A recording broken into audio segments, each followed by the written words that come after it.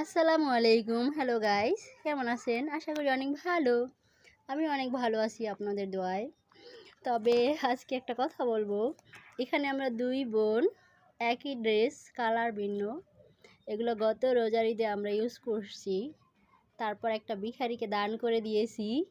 সেই ভিখারি এখন পরে পরে এগুলো ভিডিও বানাচ্ছে। দোয়া করবেন আরও জানি আমি ইউজ করে এরকম দিতে পারি। সেম টু সেম এই পোশাক পরেই জানি ভিডিও করে ফেসবুকে আপলোড দিতে পারে।